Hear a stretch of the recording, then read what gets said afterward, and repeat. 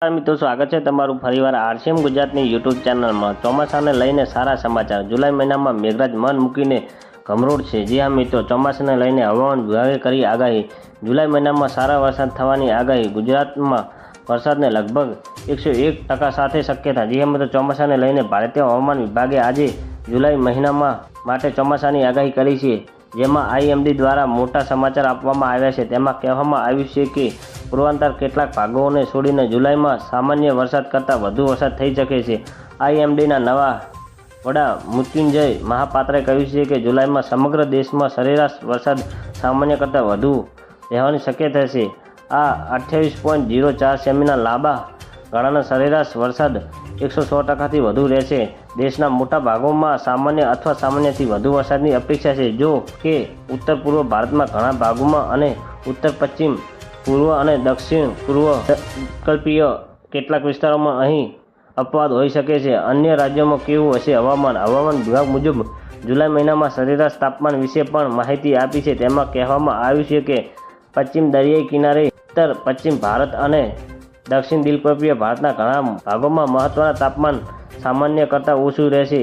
એ વાત સાચી છે કે મધ્ય ભારતમાં અને પૂર્વ અને ઉત્તર પૂર્વ ભારત અને પશ્ચિમ કિનારાના ઘણા ભાગોમાં મહત્તમ તાપમાન સામાન્ય કરતાં વધુ રહી શકે છે। રિપોર્ટ અનુસાર આ મહિને દેશના ઘણા ભાગોમાં લઘુત્તમ તાપમાનની સામાન્ય કરતાં વધુ રહેવાની શક્યતા છે। જો કે ઉત્તર પશ્ચિમના કેટલાક ભાગોમાં અને મધ્ય ભારતના નજીકના વિસ્તારોમાં અને દક્ષિણ પૂર્વીય દ્વીપકલ્પમાં કેટલાક વિસ્તારોમાં મચી શકે છે। જી હા મિત્રો, ગુજરાતમાં જુલાઈ મહિનામાં 101% વરસાદ થવાની શક્યતા। દેશભરમાં ચોમાસાને લઈને મોટા સમાચાર સામે આવી રહ્યા છે। હવામાન વિભાગે મુજબ જુલાઈ મહિનામાં મન મૂકીને મેઘરાજ ગમરોડ માટે તૈયાર થઈ શકે છે, જેમાં ખાસ કરીને ગુજરાત જુલાઈ મહિનામાં સામાન્ય કરતાં વધુ વરસાદની આગાહી કરવામાં આવી છે।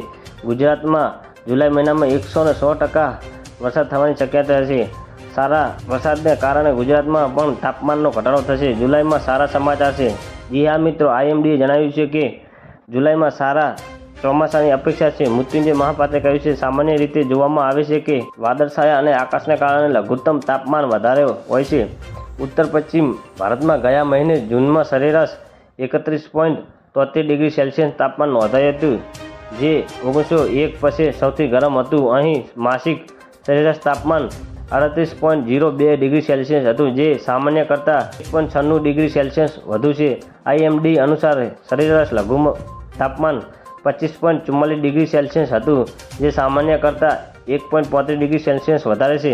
ઉત્તર પશ્ચિમ ભારતમાં જૂનમાં સરેરાશ તાપમાન 31.73% સેલ્સિયસ હતું, જે સામાન્ય કરતાં 1.65 ડિગ્રી સેલ્સિયસ વધારે છે। આ ઉપરાંત 2011માં સૌથી વધુ તાપમાન નોંધાયું હતું। તો મિત્રો, ન્યૂઝની સતત જાણકારી મેળવવા માટે અમારી ચેનલને લાઇક, શેર અને સબસ્ક્રાઈબ કરી લેજો। ધન્યવાદ। જય હિન્દ।